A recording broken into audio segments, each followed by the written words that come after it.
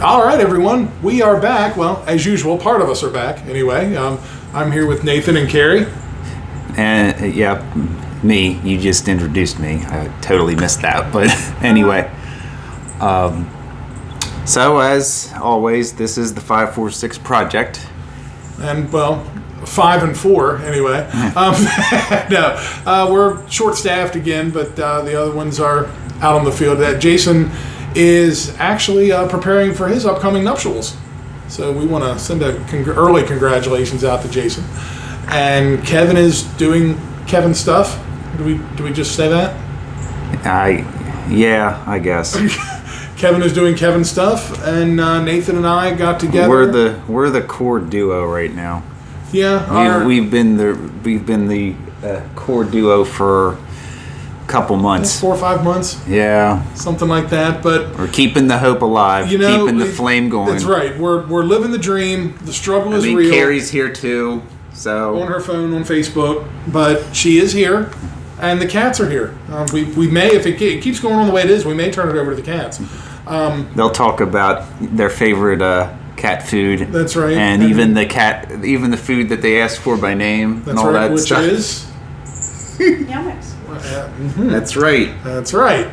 And they may talk about cat TV shows. But speaking of TV, we have some TV stuff to talk about coming up later. Just some and it came up because we went to dinner tonight. That's right. We did dinner today. We did football and dinner. And on Sirius XM, they had, on 80s on 8, they had a countdown for 1981. And I think it was like this week in 1981. I will say on a side note, I love their countdowns. Yeah. I highly recommend, honestly, Sirius XM to anybody that doesn't have it. If you're on the fence about it, definitely check it out. I'm shamelessly promoting Sirius here. Dan's favorite VJ on the 80s on 8 is Nina Blackwood, of course. MTV launched in what year? It was, I thought it was 81. Yeah, so MTV launched in 81. I wasn't born yet, so I really didn't get into MTV until the early 90s. So the original VJs were gone at that point. Martha Quinn, Nina Blackwood, and who were the others? Mark Goodman. Alan Hunter, yeah, and so on. Okay, so I kind of missed the VJs that I remember were ones like Adalis and Kennedy and who's Adalis? Adalis, I believe was her name. Oh, look it up. She was there. Adalis. I'm pretty sure I'm pronouncing that correctly. Kennedy was there. Ricky Rackman. Yeah, and I'm trying to think of the one guy. He went on to do movies and all that. He was in some movies and whatnot, and I cannot think of his name. What, like Bill Bellamy? That's it, Bill Bellamy. Thank you. Yeah. So those were the VJs that I'm familiar with. My first introduction to Nina Blackwood was on a Time Life infomercial for a set called Remembering the 80s, which I would still love to have, I'm going to be honest with you.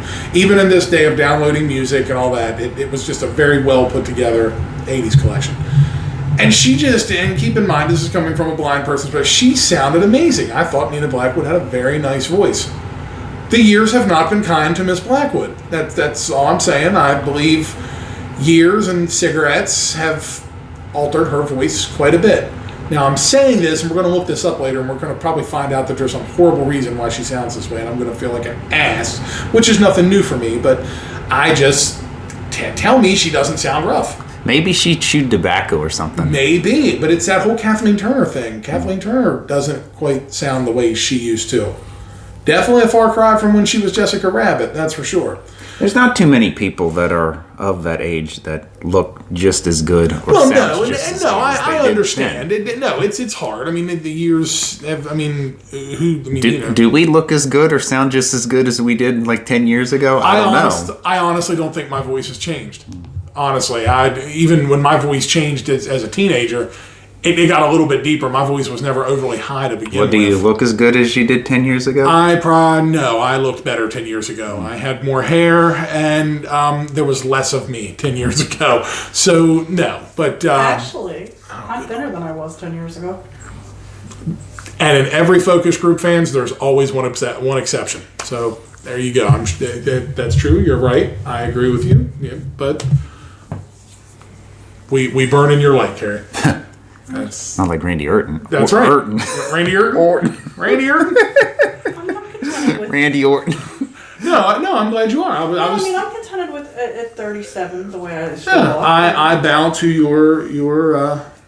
your preservation. I mean, I noticed a little bit of, of course, the little bit of under eye, from getting older, but, hey, it happens also. I've just come to the conclusion, folks, that I'm fat. I'm staying fat. But that's where we're at. But no, I highly recommend Sirius. A lot of different plans to choose from. I personally jumped on the streaming platform where I can stream it on my phone, on the internet and all that. And I basically use my Amazon Echo devices to stream, and I'm paying like less than $10. So Sirius XM, 2 thumbs up. Well, now that they actually included the streaming in the package, it didn't used to be that way. I think it was like you paid an extra cost to do it. Like that may be. I know I called, which is dumb because why would I need to do that if I pay for like the main service? Right. I know I called the other day to see if it would be cheaper for me to pay by the year as opposed to pay monthly, and it turns out to be the same price. I was offered a free radio, but I had to get a separate subscription base to play it through the radio. So what's the point of giving me the free radio at that point? I'm not paying an extra $15.99 a month or whatever to be able to just activate to play it on this. Yeah. Yeah, because I have echoes throughout the apartment here. I can play it in any room I want. So, and they said the radio was a travel type thing. So yeah, that'd be okay, but it's not an extra fee a month. It's not enough to get me there. But regardless, yeah, I do recommend the countdowns are really cool. Mark McGrath does a 90s countdown. There's a guy that's definitely, I think, kind of strayed a bit from where he was 10, 20 years ago as well. But he does a pretty cool on 90s on 9. And you have the one that we were just talking about with the original VJs. They do their on the 80s on 8. So definitely Downtown Julie Brown, that was another one. Yeah, she was young. See, she was gone too by the time I got into it. But yeah, definitely the glory days of MTV. Anybody that watches MTV now and enjoys it, it's definitely, you would have just been blown away by. I noticed you're a big fan of the people with British accents. I do like a good accent. Yes, I do. Especially from the women. Well, guys with English accents really don't do much for me, Nathan. Mm-hmm. You're absolutely right about that. And I will be the first one to tell you. I do love a good accent, English or Australian. Like the woman on Guts. That was one of your favorites. That would be one more Quirk. Yes, and if she's listening, I love you. I thought it was more Corcoran. What's that? I thought it was Corcoran. No, it's Quirk. Yeah, it was more Quirk. Yes, Mo for short. We'll stick with Mo. And then you like that woman from Power Rangers. Power Rangers, that would be one Kat Sutherland. Yes, and if you're listening, I love you too. And just really putting it out there for my birthday, would love to have a, I can never remember the name of that, so a cameo from her on my birthday. I'm putting that out there to anybody that cares. Cameo.com, Catherine Sutherland, I believe it's $40 to make that happen, to make a young man's dream come true. But yeah, I do. I like accents. Carrie, you're the same way. Yeah, I mean, I like some. I really, an Australian male accent is very sexy. And I take it so far where I have the Australian female accent on my phone for my voiceover on my iPhone. So yes, I am definitely a fan of accents. So anyway, as we were getting to as we trailed off, we went to Arby's this afternoon. The real point of what I was trying to get to was on the 80s on 8 in 1981. Right. In this week, there was a song that was on there which kind of was a little odd that it would be on the top 40 or something, and it was the theme to Hill Street Blues. The theme to Hill Street Blues has no words unless you actually make them yourself. Yes, which they did on Family Guy, YouTube at Family Guy Hill Street Blues, where the lyrics were Hill Street Blues, I've got those Hill Street Blues. That's it. That's all it took. Having never watched the show at all, I only know of the theme. Yeah, that's pretty much all I know. That was kind of a big thing in the 70s or 80s. A lot of your TV themes were actual songs. And then, they did make the charts. A couple of them that I can think of off the top of my head. I do believe the MASH theme, I don't know if it ever made the charts or anything like that, but like MASH had a all-out theme. I know WKRP in Cincinnati did. The theme for Welcome Back, Kotter was actually the gentleman that sang it, and my mind is just going blank. That's why I was kind of trying to stall. But that was his biggest hit, actually. But the theme to Welcome Back, Kotter was, I believe, made the charts. It's been a long weekend, folks. But the theme to the Greatest American Hero, Joey Scalberry, I believe his name was. That was another one that I believe made the charts. It wasn't actually a full length song. Well, I mean, even to go into the '90s, look at the Rembrandts did "I'll Be There for You" for Friends. That was their biggest hit. Mm-hmm. You believe they had a greatest hit CD? The Rembrandts? Yes. Really? Yes. What other songs 16 did they different have? versions of "I'll Be There for You." No, I'm kidding. But yeah, they had a greatest hits. Yeah, I believe that. Yeah, go figure. But so yeah, I mean, it's not uncommon, but a lot of times, yeah, it just seemed like, I don't know, it was more irrelevant back then.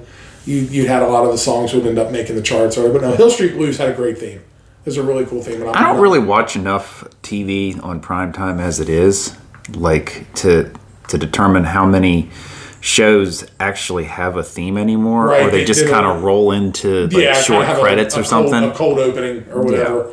Yeah, that's why I say it's not as predominant.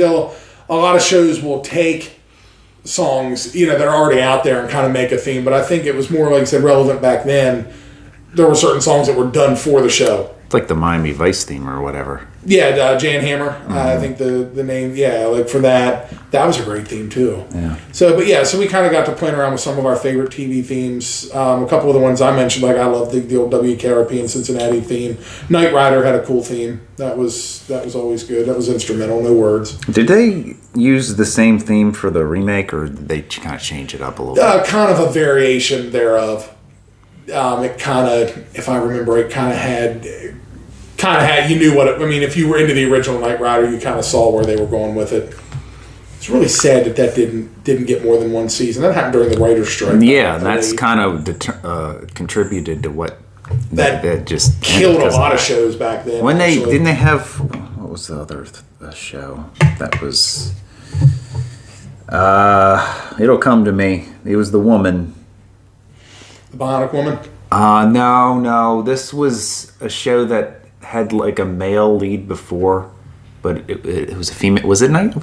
No, it wasn't Knight Rider. Knight Rider had a male lead when it got remade, but like, I can't remember. One of the shows that they remade had a Superman? No. This was in the same time as the Knight Rider, I think. Jeez. I can't even. I knew that was in. But I know it was a show that was around that time, and it was remade, but they changed it to a female lead instead of a male lead. I can't remember off the top of my head. It was on NBC. I know that. Yeah, I remember the Bionic Woman kind of had a comeback in and around that time. Maybe it could have been that, but they already had a female lead. Yeah, but that writer's strike, I know, hurt a lot of shows. Yeah. Heroes was one of them. They had to shorten the season for Heroes, which that was another great show. Heroes didn't have a theme, did it? I don't think it was. No, it wasn't anything. It's one of those ones that kind of started the show. I think it had something, but it wasn't anything noticeable that a lot of people are gonna pick up and know right away. But no, and again, like another great theme, like I mentioned MASH earlier. MASH had a really cool theme. I think the person that wrote that, I think, was 14 when he wrote it or whatever. Wow. Didn't really watch the show. I know Jason's a big fan. If I didn't bring it up, I think he would be upset. But I know Jason's a big fan of it. I never got into it. I remember it would come on. I would listen to the theme and then change the channel. Not going to lie. I think I've seen one full episode of it my entire life. Well, the show lasted longer than the war, folks. I mean, the premise of the show was it was a comedy, I guess. Yeah, it was set in basically a medical camp during the war. The Korean. Yeah, and the war, like I said, the show. And then at the end, I mean, it turned a pretty dark turn, But the show lasted longer than the war, so I mean that goes to show you. And then they spun it off to what was called Aftermash, which didn't last that long. I'm not familiar with that at all. Yeah. And that was something else we talked about during dinner. TV spinoffs. Yes, that's right, we did. A lot of shows back then. and that's still kind of a trend now. You get spinoffs. In fact, now spinoffs and reboots are kind of the way things are going nowadays. Reboots on major television networks and reboots on streaming services too. Yeah, pretty much. I mean, that's, reboots or spinoffs, whatever. Kind of Netflix got into the whole thing with Fuller House, and they everything's kind of went from there. I mean, it was going on before that, but that, when you mention on streaming services, that one really sticks out to me. Which I've enjoyed Fuller House. Now it's going to be over. Yes, this is the last season coming up. Anybody want to take a guess as to how we're going to write Aunt Becky out of the show? I don't know. It will be a mystery. It's kind of funny that when she got married on Full House, their wedding song was Jailhouse Rock. Well, I think she's going to be doing that at this point. Things don't look good for them right now. She's going to be dancing the Jailhouse Rock like the Mountie did at SummerSlam 91. Oh, wow. Yeah, that's true. Oh, wow. Yeah, that was a decent card, though. I liked SummerSlam. This is one of my favorite individual shows. But, she really got, I mean, she just went the route Felicity Huffman did. She's got some community service to do. I think she's going to do a little bit of time, and that's it. But when you're insistent on thinking that you're innocent, I don't know. Yeah. Maybe you think you get away with it, but we don't know. She's pretty much lost it all, though. In a sense. I mean, she was a big deal on the Hallmark Channel. They've dropped everything. Yes, she was on that show, When Calls the Heart. When Calls the Heart, plus all the garage sale mystery movies, which are some of Carrie's absolute favorite. No. No. Dynamite drop in, Carrie. Garage sale what? Were they based on books? I don't know. They were some weird murder mystery thing. I think that's what they were called, but it starred her. She was the star. Yeah. But it was a series that they would do. A horrible series that they would do. But yeah, Hallmark dropped her. Hallmark Netflix. Movies are so formulaic. You've seen one, you kind of seen them all. Pretty much, give or take. Especially the Christmas movies, I'd say. Which is why I get angry at Hallmark, and I believe the Christmas movies are starting before November now at this point. They're already on, I believe now. They put them on some in July, actually. Oh yeah, Christmas in July. Yeah, I believe the countdown to Christmas is now on, guys. I think it started a couple.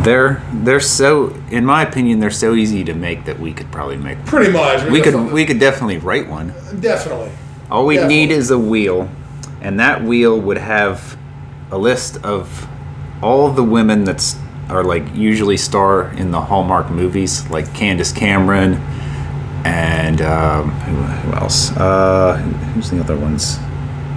Well, Allison Sweeney has done some stuff on there. Yeah, and some of these women haven't really been big stars elsewhere, but they're always in the same movies. Yeah, I mean, it's like you said, they're very formulaic. Lacey Chabert's in a lot of these movies. From Mean Girls, formerly Meg Griffin as well. Yes, I didn't realize that. I didn't know she was doing the Hallmark. She does a series called the Crossword Mysteries or whatever, like the garage sale ones. God, there's mysteries for everything. Well, yeah, it's just like what's her name that I just mentioned, Ali Sweeney. She was doing the Murder She Baked mysteries from Joanne Fluke. Murder She Baked? Well, that's what they called the I believe that's what they called the cookbook that was put out. But it was it's a set of murder mysteries based around a bakery in a fictional town in Minnesota. I actually enjoy the books. I've read all the books. God, I think they're up to close to 20 of them by now, if not over 20. Like I said, the author Joanne Fluke. I love her stuff. I love those books. Discovered them back in, I want to say 08 or 09, and I've been reading them ever since. But they started making them into Hallmark movies. They've kind of, based on the books. They're not bad. I enjoy the books better, which is usually the way things go. But Allison Sweeney's played the main character in all of them. That's good for her. I mean, she's getting work. Oh yeah, I mean, aside then, she still shows up on Days of Our Lives. You should have Angela Lansbury on these. Why not? I mean, well, she wrote the Murder. There's another iconic theme song. Yes, the Murder She Wrote theme. I like that one. She just celebrated birthday number 94. Wow. It was either this past week or the week before. There was talk of a Murder She Wrote reboot. It never happened. Wouldn't have surprised me one bit. It never happened. That one got nixed just like that Coach reboot we were supposed to get. I was upset about that one. I wanted to see that. Oh, this was a pretty cool story, guys. I'm going to change the subject. Go ahead. But a gentleman decided to buy a lottery ticket. He was on his way to his last chemo treatment, and that lottery ticket turned into a $200,000 winner. Wow. This is what happens when you play on Facebook. It's pretty. That's a cool cool. It is amazing. No, it is. I actually saw that before we started to record. No, that's a great one. Absolutely. It's good to see when good things happen to people that really need it. You know, you hear a lot of times where the people that win the lottery, they've already amassed like a mass fortune, like it's basically just more money than, you read about that a lot. I tend to just disagree on that one. A lot of people that play the lottery are not well off. Yep. So, some of the winners I see, like I've seen the TV shows when they do the lotto winners. Right. Some of them have won before. And it just, I don't know. No, I love to see a good story when good things happen to good people. I'm all for that. A lot of people don't know how to handle the money. There is that. Absolutely. Because they're so used to living a certain lifestyle, and then they get all this money, and they don't know how to handle it. They just I want all this stuff. I want all this stuff. And well, see, like I've always said, if I won the lottery, I may move out of the fact that we're in an apartment. I may move out of the apartment. But so many people get rid of their modest house to get this big house and all that. I wouldn't do it. Would you move on up to the east side? To a deluxe apartment in the sky, one with a washer and dryer in the apartment. Absolutely. We're moving to the north side. I'm also going to hire a maid named Florence. I'd settle for Flo, but But yeah, that's that's a cool story. That definitely a cool story, and I'm sure with chemo and everything, he definitely could have used the money, because that kind of stuff's not cheap, and you got to have really good insurance to get that kind of stuff covered. So that definitely good for him. Absolutely. But now we get into the spin-offs, and you were talking about, the reboots, and talking about Lizzie McGuire coming back. Yeah, Carrie mentioned that earlier. The new Disney Plus streaming service set to launch just a couple weeks on November 12th. Have you signed up for it? I have not yet, but I'm going to. I'm going to give it a month, and this again coming from someone who is blind, I'm going to give it a month, see how accessible it is on my phone and on my Apple TV and my Amazon Fire Cube. If it's accessible, I'm definitely going to keep it. If it's not, I'm not going to keep it around just to have it. Right. I want accessibility. Honestly, I'm a little angry with the WWE Network since they've updated their platform and all that. It's really become a clusterfuck from what it used to be. I still keep it because I watch the pay-per-views. I can get to the pay-per-views, but the menus to watch, like the archive stuff and all that, are a lot harder to deal with now, and I really wish they would kind of rethink the way they have their stuff laid out. I did the same thing when DC launched their DC Universe. I bought it for 1 month, and on the phone it wasn't terrible. On the phone it was not terrible, but I wasn't able to keep up with it, so I let it go. Disney Plus will be the same. I'm trying to keep going here, Nathan. I let it go. Yeah, Frozen and Disney. Nathan just let it go. Arby's had the meat. Nathan tried the meat, and it's fighting back. Oh, you're not gonna like that. Thank you for that. You're welcome. Thank you. I just ruined your little story. Yeah. And I ruined my pants. I think you did. We're gonna let you go change. But so to answer your question, yeah, I'm gonna try it for 1 month. Have you signed up yet? No, I haven't. Yeah, I'm going to give it 1 month. But no, they are doing a reboot for all you early 2000s Disney fans. Lizzie McGuire is coming back, apparently with the original cast. Well, what else are they doing? Pretty much, yeah. So, they can get another 15 minutes of fame. I hope it works out for them. I'm looking forward to the fact that pretty much any Disney movie you can think of, as far as, the big ones, the big Disney animated movies over the years, it's all going to be there. The Disney afternoon stuff from the early 90s, DuckTales, Goof Troop, Tailspin, Rescue Rangers, all that's going to be there, Darkwing Duck. A ton of new series. We're dealing with like Marvel and Star Wars and stuff. This thing is going to be loaded. There's some other iconic theme songs to those. Oh, definitely. The early Disney stuff. We're talking about like the live shows. Yeah, we're talking about live action. Some of the animated stuff, shows. Definitely. Oh, yeah. Come on, everybody knows the Flintstones theme. I mean, that's an iconic animated Scooby-Doo. theme. Scooby-Doo, The Simpsons. Definitely, without a doubt. But no, Disney Plus, in all honesty, if it's as good as it sounds, it's going to be the best value for streaming. Plus, I think they've got some kind of deal. If you pay a little more, you get ESPN Plus and Hulu. And Hulu. So, I mean, definitely a good deal. If streaming's the way you're going, and you're trying to cut the cord a little bit and cut the cable and all that, it's definitely the way to go. So, I mean, okay, you haven't purchased yet. Do you plan on it? Are you enough of a Disney guy? I'd say to get all of those together, it's worth a purchase, and I probably will. There's a lot of Disney movies I have never seen, so my thing would be to try and see some of the ones that I haven't seen. I haven't seen any of the Toy Story movies or anything like that. Those are good. Even Carrie went and saw Toy Story 4 with me, and she enjoyed it. But it'd be nice to, if and when I get it, to catch up on some of those. And there's some classics on since Disney owns Fox, The Simpsons will probably be on there too. Yeah, I think that's where all that's moving to. And there's some classics on there you can reacquaint yourself with, like Rookie of the Year, I believe, is going to be on there. Oh, yeah? I think I saw Rookie of the Year, yes. And I think The Sandlot may be on there as well.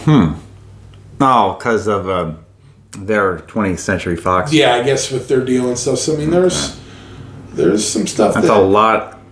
They have a lot in their collection, I'd say. Oh, yeah. So, I mean, but it's. I'm really shocked to offer so much right out of the gate. Usually with these, they come out and, they add new content over time and everything. I'm curious to see what else they can add. I feel like that they kind of have to get people in right off the bat. Yeah, just get them, because there's so many other options out there right now, too. Because you put all the stuff... Some people are going to buy it at the outset just because it's Disney and they're Disney fans. There's going to be other people that are going to kind of wait on it just to see what's on there, and then they're going to make the purchase. And some that are still on the fence are just waiting to see if they're going to roll out different stuff and then go from there. One nice thing, the list is out. You can find it. It was all over Twitter a couple days ago. People have linked it on Facebook and all that. It's the complete list is out as far as what's going to be on there on launch day. And I know a lot of people signed up already because I remember reading it crashed the server or whatever. There for a while, you had the option. I think if you bought it, you had to buy it for like so many years, but you got a really good discount. It was like, I think if you bought for 1 year, you got a second year or something like that. But I didn't jump in on it because, like I said, I'm not putting out a ton of money until I see how accessible this thing's going to be for me. But I'm looking forward to it. Definitely sounds promising, that's for sure. It won't have Hill Street Blues on it, I guess. It will not have Hill Street Blues. But NBC's supposed to have their own, too. They are, but if you really need your Hill Street Blues fix, Shout Factory released a Hill Street Blues complete series a few years ago, which I believe is still in print. I think you can still... Is one of the special features them singing the Hill Street Blues? It's a karaoke sing-along of Hill Street Blues. No. Did not make the cut. I missed that. Yeah, they dropped the ball. I mean, it was the one thing everybody wanted, but... you can carpool karaoke that all day long if you want. So, going back to our favorite TV themes, I guess, or themes that you kind of remember. Yeah. Some that had, I guess the ones that didn't have lyrics to them. Alf didn't have any lyrics. We're going ones without lyrics. Okay, yeah, Alf was a great theme. And who didn't like the Unsolved Mysteries theme? Freaked me out. That was good. Hell yeah, but it was awesome. That was a really good one. We mentioned Miami Vice.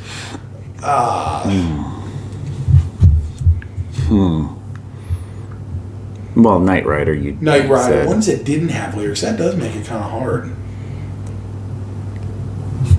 I'm not going to say they were my favorite, but I think of some of the police dramas of Starsky and Hutch back then. I don't think that had lyrics. L.A. Law didn't have any lyrics either. No, but that was a good one. Yeah, L.A. Law was cool. That was cool.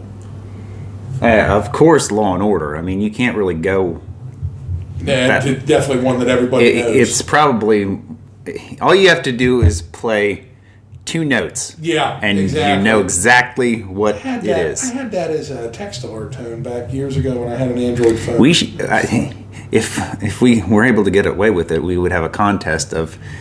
I can name that TV, name that tune, but for TV themes. Oh, it'd be great. I can name that in 5 notes. Oh, absolutely. Yeah, no, Law and Order would definitely be an easy one to do. That's for sure. Sanford and Son. Sanford and Son had a cool theme. That one didn't have without any lyrics. Mm-hmm. Yeah, a lot of NBC shows, it seems like. Seinfeld didn't have any lyrics. That's true, and that's another good iconic one. That's a good one, too. Well, I don't remember the theme song, but Wings had to have a theme song. Wings did not have any lyrics, you're right. Mama's Family. Mama's Family. No, that was not an iconic... That was not an iconic show. Sorry. Depends on who you ask. Well, if you ask Vicki Lawrence, obviously, she's going to say yes. Now, actually, here's a little known story. Actually, there are lyrics to that theme. But they never played. They never made it. Vicki Lawrence actually wrote lyrics to that theme and presented it to the higher ups at the network, and they liked the music, but they didn't want to use the lyrics. The name of the song is actually called "Bless My Happy Home." Look it up on YouTube, and she will sing it at her live shows. But yeah, no, Mama's Family was cool. What's wrong with the Mama's Family theme? Now, just the show. That's all. You've never seen somebody hate on a TV show so much. Just the show itself, like, I don't know. I guess the character kind of annoyed me a little bit, Mama, and then how like just whipped that Vinton was. Kim Barry, yes. Like, he was just a sad sack. Well, and it's one of those that had underwent a lot of changes, too, because it had its original, 2 to 3 season run, and then it was canceled, but then they revived it in syndication. And when they revived it, they did make changes. They kind of steered away more from... Because, of course, originally it was a skit on the Carol Burnett show. I think it was just called Family or something like that. But then they steered away from the original. They lost Rue McClanahan and Betty White to the Golden Girls because the Golden Girls started taping in between the time when the series was in between, original run and syndication. So they had to recast some characters. That's when they brought in Beverly Archer as the neighbor, and can't remember the name of the actor that portrayed Bubba, but her grandson Bubba came in. What was his name? Alan something or other. I'll never remember. Yeah, I can't remember. Alan Kaiser, maybe? So, you know what? I'll take your word for it. But the roles kind of changed. They definitely dumbed Vinton down, and they kind of made Naomi Dorothy Lyman's character a lot more of a cheap floozy and all that, a lot more than what she was portrayed to be in the original run. So I liked elements from both. But I liked the show, personally. I was a fan. Well, it's still on that network on rerun. Still on Logo, and MeTV, I believe, also still airs it. I don't get MeTV. That's the one thing about satellite TV I don't like. I wish we got some of the like Antenna TV and MeTV stuff that show the classic shows. Right. I was just watching it on Logo this morning. It was on. Yes, yeah. Mama's Family's on. It's usually on 2 or 3 times during the weekend, and then once or twice through the week as well. How goody! How so, nice. Yeah, you can set your DVR for that, Nathan. I don't even get the Logo channel. I don't think so. I don't have to worry about that. That's a shame. The channel I wish I got was that Buzzer channel with the old game shows.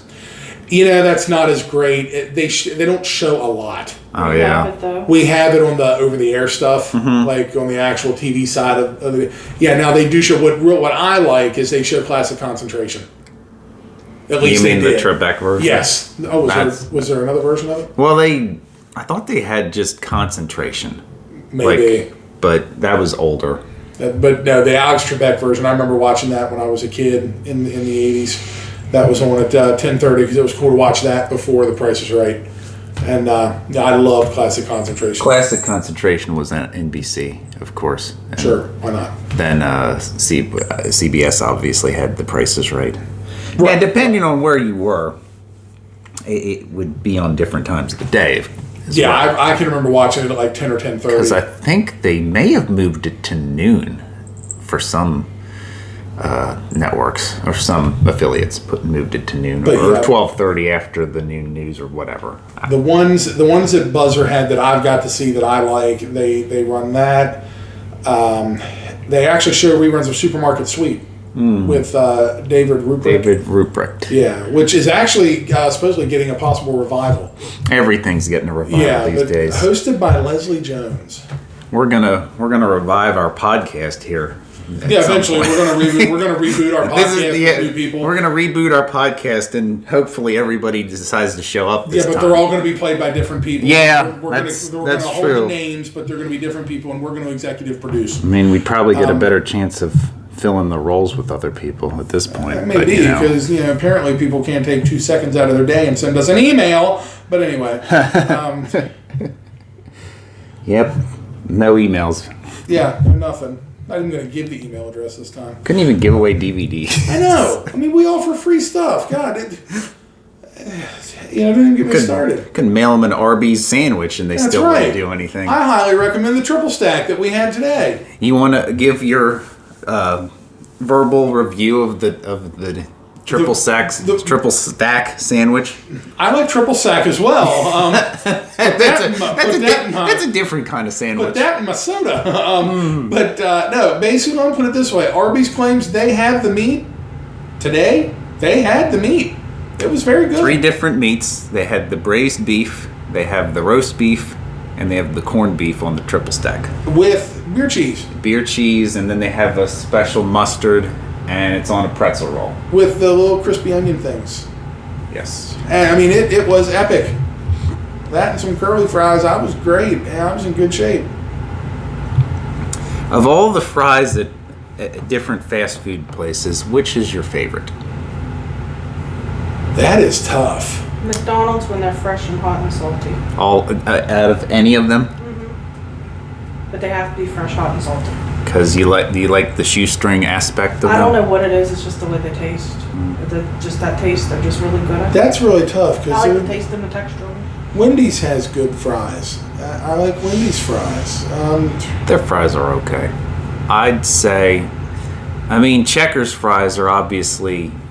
Yeah, Checkers has good fries. However, I could probably, put them on a newspaper and it would drip with grease. But they're very good. Yeah. Checkers does because they have a seasoning on them. And Arby's has a different seasoning on theirs, too. And they're curly fries. You don't get curly fries everywhere. I don't know how well you want to clarify this as fast food, but Wingstop has really good fries. I like the seasoning they use on their fries. It's a distinct seasoning, I'll say that. So, I don't know if you're going to count that as fast food, but I really enjoy their fries a lot. You can get their food fast, and you can get their food slow at times, too. No, that's true. The one over here, though, I've never the local one, I've never had any slow service. It's been at a reasonable amount of time that I've gotten my food. Yeah, I've been very happy with the service here at the local Wingstop. Wingstops may vary. Yes. From town to town, whichever one you may be in. Prices, participation, and service may vary. That's pretty much how it goes. I liked Did you like the s'mores shake? I didn't get a chance to mention that. The s'mores shake was good. The only problem with certain milkshakes, when you put a lot of stuff in the milkshake, make sure it can go through the straw.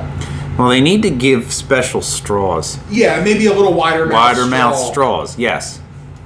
Which, they're out there. Certain places do it. But that one, everything that was in it was good, but the shake was kind of thick. It was kind of hard to drink at times. But I did enjoy it. I'm pretty much a sucker for anything s'mores.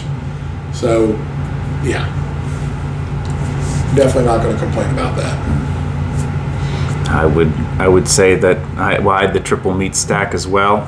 And if I recorded a video food box, and if you like video food reviews, you can go to our YouTube channel at the 546 Project. We have a couple on there. But if I were to give it a number score, I would say that the Arby's triple meat stack gets probably, I'd say it probably gets an 8.5. Yeah, it was really good. Like I said, for the different good sandwich. I think the only issues were it's a little bit messy. There's not at least you can tell each meat. Yeah, the flavors. You can distinctively taste each meat. I think they didn't put a lot of onion straws on mine. No, there weren't. And they should have put maybe a couple. Honestly, I didn't hit any until I hit middle of the sandwich. The beer cheese was there. It wasn't really pronounced. It was more of a it's there. I tasted more of the braised beef than the beer cheese. The only problem when you get a big sandwich like that, if you put too much, it makes it even messier than it already can be. Right. So, I mean, I can kind of see why they go that route, but... Beer cheese on the side. No, it's like a French dip. A dip factory. Yeah, that would be a way to do it. Nice. I'm sure, I mean, really, if you wanted it, you could probably have gotten an extra cup of the stuff. They might charge you a little bit, but I'm sure you could get it if you... Dip your curly fries in it. Oh, and I see that. Now you're talking. They've had those loaded curly fries. They should have did the Meattoberfest curly fries with braised beef and beer cheese. Well, that could have been a thing. Arby's. Come on, get on that. That's right, yeah. That would have been perfect. Yeah, because you know they're listening right now. Oh, yeah. I mean, the gloves, the oven mitt is listening. I mean, what else is he doing? You know, Tom Arnold in oven mitt form. That's just what we need. There's another theme that didn't have any lyrics. Roseanne. Not until the 9th season. The 9th season, did? It did have lyrics, yes. Mm-hmm. What were the lyrics? I didn't really watch the show, but... You can look it up. I have a... She's making the strong. Oh, she's going to sing it. They're going to last longer than the greatest wall and shine. And I don't... She won't sing karaoke, folks, unless she's drunk, but she'll sing the Roseanne theme right here. It was actually recorded by John Popper, the lead singer of Blues Traveler. Yeah, in the 9th season when the show kind of went wonky anyway, there were lyrics to the theme. Does the Connors have a theme? It's like a Roseanne theme. It's basically a reworked version of the Rose, but there's no lyrics. It sounds just like it to me. Yeah, it's just been reworked a little bit. So is the show, because there's no Roseanne. No. I like the show, though. I think they found a way to deal with it, the way they wrote her out. How did they write her out? She died. Oh, well, the character Roseanne died. What happened in the first and only season of the new Roseanne, she was having problems. She needed a knee replacement? Mm-hmm. She needed knee replacements, and she had it done. And in fact, the last episode of the season had them dealing with the thing that she was getting the surgery done, but she was also having a problem with pain pills to deal with the pain and all that. And they thought she had kicked the addiction, but she had not, and she OD'd on pain meds. Oh, wow. And she passed in bed. So kind of an interesting way to... But see, Roseanne always dealt with real stuff, which is part of the reason why I liked the show so much. People liked the show. Yeah, I mean... Because it wasn't like any other show. Yeah, I mean, at the time it was its own kind of... They dealt with serious issues. I mean, they dealt with the kind of issues that people everyday could actually relate normal to. Yeah. People of a certain class dealt with. And nowadays, I hate to say it, that's kind of a big issue now. The opioid effect and all that kind of stuff, that's a thing. Yes, it is. You know, and they had it, I mean, the episode kind of leading into it was very interesting. They found a stash of her pills with somebody's name on it, which means she was getting pills from someone. But then Dan later finds out that basically there was they all kind of helped a lot of people out because of the cost of medication nowadays and pain medication and all that for the people that really need it.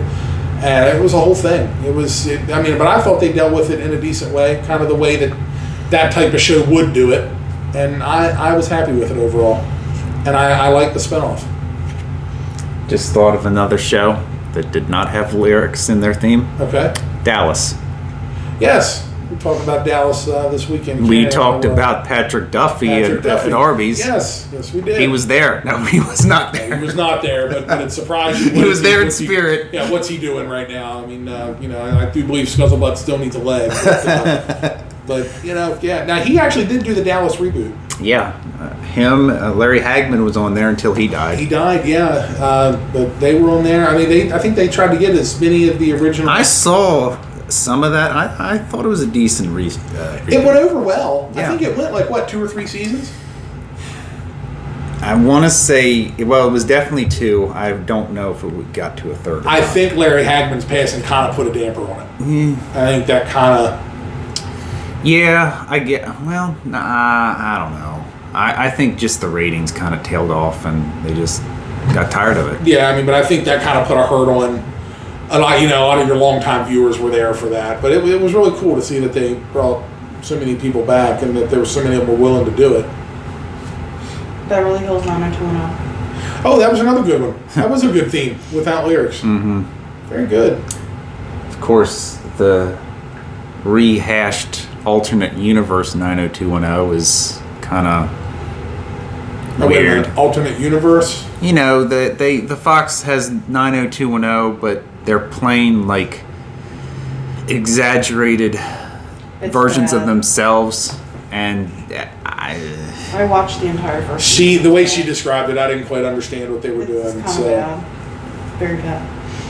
They didn't need that. They didn't want to do, I guess, the show and just pick it up from where it was or something. Well, they already did like a 90210 thing on the CW, which was it was a little different, but it did have like some of the characters from the original 90210. Jenny Garth was a regular in it. Yeah. Yeah, and it had like some of the main characters were like their kids and stuff like that, which I thought that was kind of a neat way to continue it. They also tried to relaunch Melrose Place right around the same time. That did not go over near as well. Yeah. Neither of them really did. I mean, 90210 had more of a shelf life. Yeah, it had a few seasons. I think it may have had 3 or 4. I'll be honest with you, that reboot back in the what was it, maybe like 07 or 08, I feel like it was. That wasn't bad. I watched it for the first season or so. But this new one, terrible. Yeah, I wouldn't be surprised if we didn't really see it for a while, for a long time. Yeah, there weren't a lot of episodes either. It was a pretty small for a first season. So, but time will tell. Maybe while we're talking, I can think of another one that didn't have any lyrics. Yeah, that makes it hard. Ones that didn't have lyrics.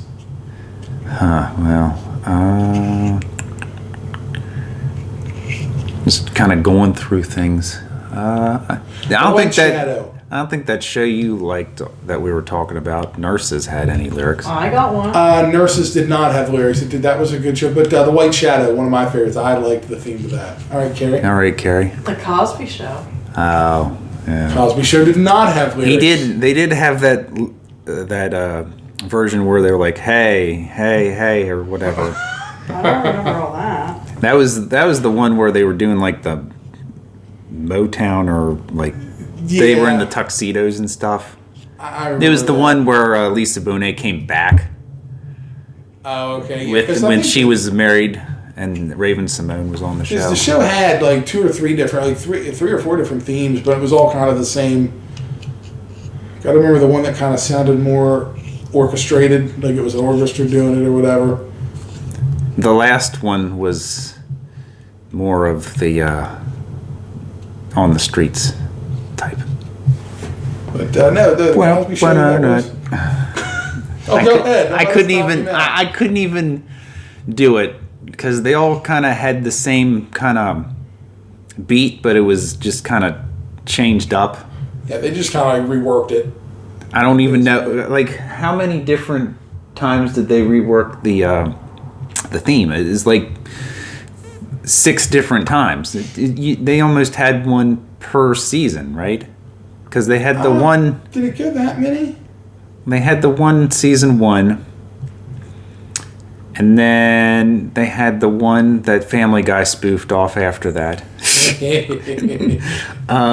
Then they You knew Family Guy was gonna do something with that whole thing. I'm surprised it took them as long as it did. Then they had the that Caribbean one. Yeah.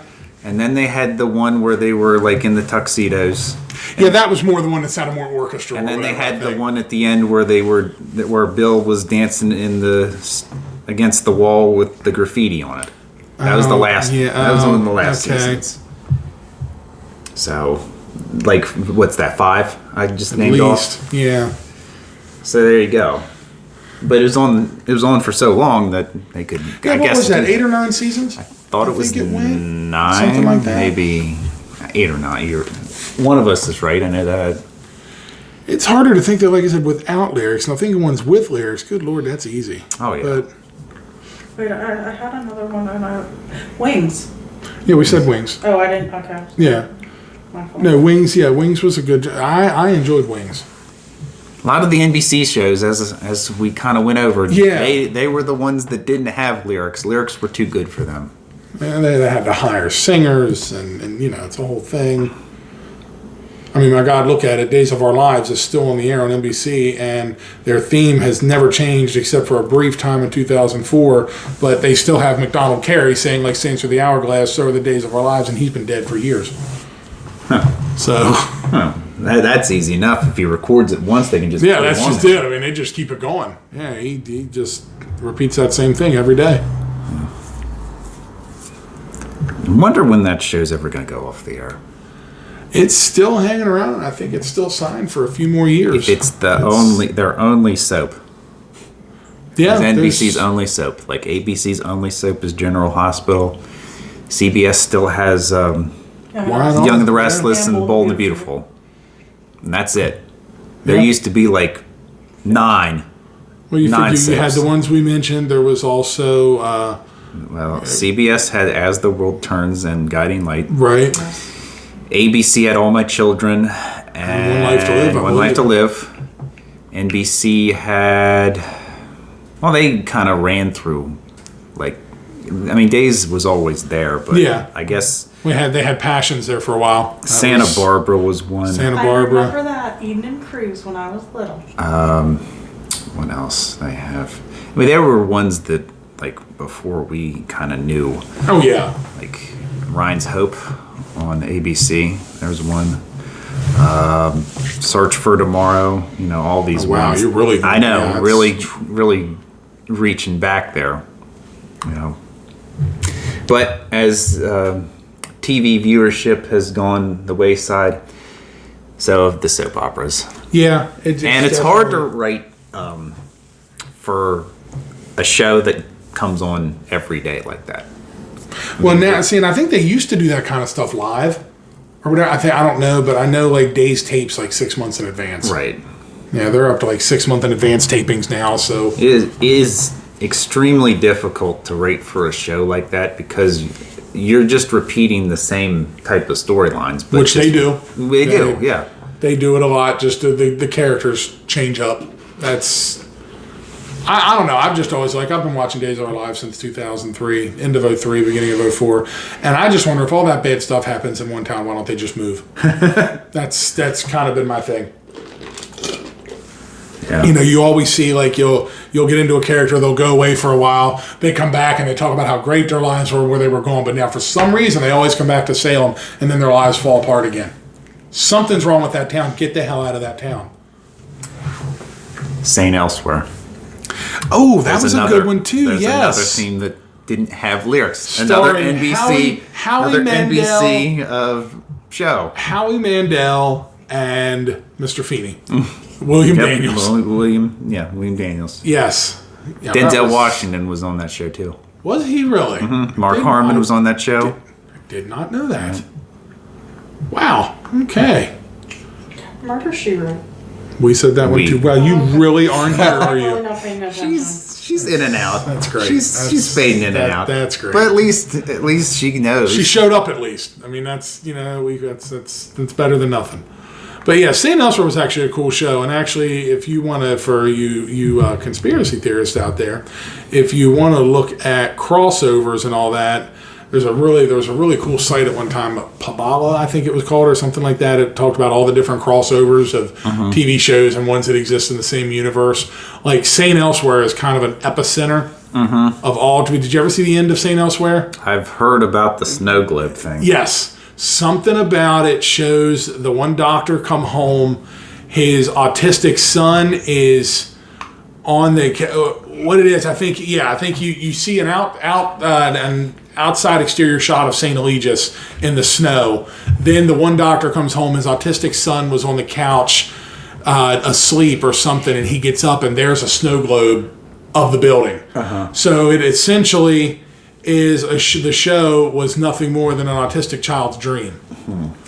And there's all these characters and whatnot that if characters that are referenced and that showed up or whatever at one form or another within in the realm of St. Elsewhere, it would make your head spin. or whatever, because like I mentioned, one of my favorite shows, The White Shadow. One of the characters from The White Shadow went on to play in St. Elsewhere. He played the same character. So that was in the same universe. So by all that, all of television is a dream. Yeah. So are we a dream? Is somebody going to wake up somewhere and this is all going to end? That's how it's all going to end. It's all been a dream. The whole world has been a dream. Yeah. I don't think that's the case. Sorry. The aliens are watching us anyway, folks. That's all it is to it. We're all under the microscope. You know, with us doing this episode on theme songs that don't have lyrics, the next episode we can go through our favorite ones with lyrics. Yes. I mean, you could just make a whole show just based on that. I'll give you a little sneak preview. One right now was Amen. Here's another show that we didn't think about that had. I mean, this isn't like it's still a show, but it's a news show. It's 60 Minutes? Yeah, exactly. It has that stopwatch. Right. Jeopardy. That's right. Jeopardy is another one. The Jeopardy theme is iconic. Yes, everybody knows the Jeopardy theme. Yes. Kind of ties in with Wheel of Fortune doesn't have any lyrics except Wheel of Fortune in the beginning. Yeah, but that's the crowd that yells that. But they've recorded it. I don't think the crowd does it every time. Or if they do, it's like in WWE when they pipe in cheering when they want us to cheer for somebody. Huh. That's what they have to do, I think. Well, nowadays, yeah, it's true. But no, Jeopardy's a good one. Yeah, absolutely. Everybody knows Jeopardy. I'll tell you, God bless Alex Trebek. That's all I can say. Yeah, I had read that he was kind of. It's starting to take a toll. Yeah. We're gonna be here to where the end of him hosting Jeopardy is coming soon. So, what do you think happens to Jeopardy? Will they go on? Will Jeopardy go on? I think they'll try to. I feel like we're gonna get this. That's what Alex would want. I feel like that's what we're going to find out. He's going to say it or something. But who's going to want to try to fill that? Who are they going to pick, and who's going to want to do it? The cool thing with Alex Trebek, like I've said, is Alex Trebek is a guy that he stands up there when he has to be. He can be funny without trying to be. He's generally not trying to be funny when he says and does the things he says, and he's just generally intelligent. You have to be to pronounce the names of some of those places that are in the clues. Alex Trebek just has it all. He really does. So I feel like that Wheel of Fortune and Jeopardy kind of come in a package. So if one goes, then the other will go too. And I mean, as long as I don't ask Pat Sajak to host Jeopardy, I'm fine. You're one that doesn't like him. I'm not a Sajak fan. You're somebody that I know that does not like. I'm not a Pat Sajak fan. There's a guy that I think tries to be funny, and he's just not.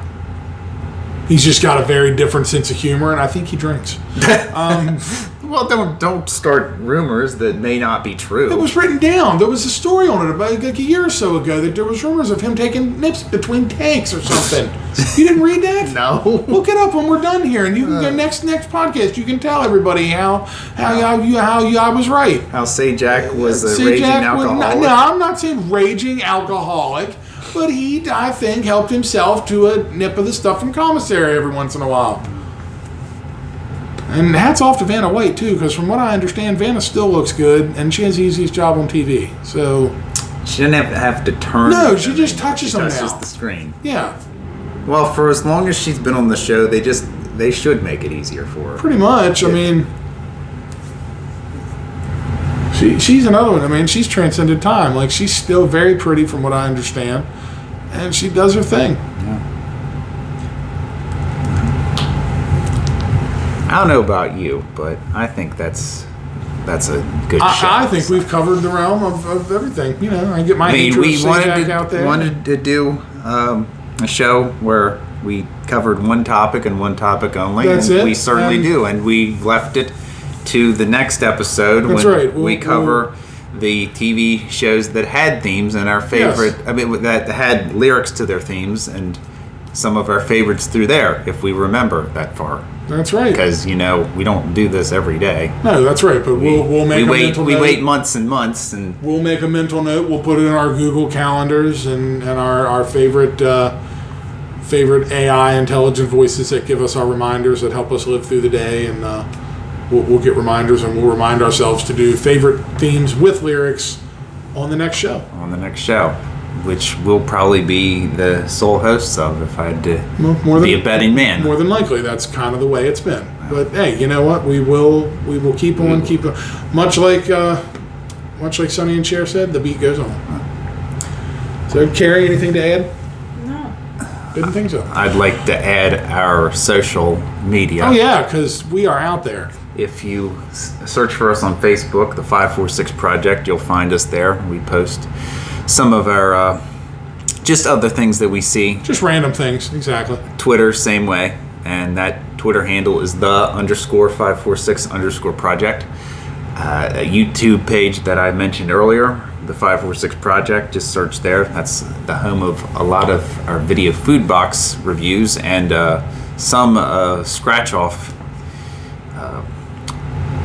episodes for the Scratchin' series. I can't even think anymore. Our email, if you wish to email us for the very first time. Yeah, it's hard to think about because nobody does. I swear to God, it's like I said, it's like we're asking y'all to get out there and do fucking push-ups. It's the 546project at gmail.com. And our podcast website is the 546project 30 minutes or less .libsyn.com. And that's with us. That being said, I think that's it. Until next time, everyone take care. All right. See ya.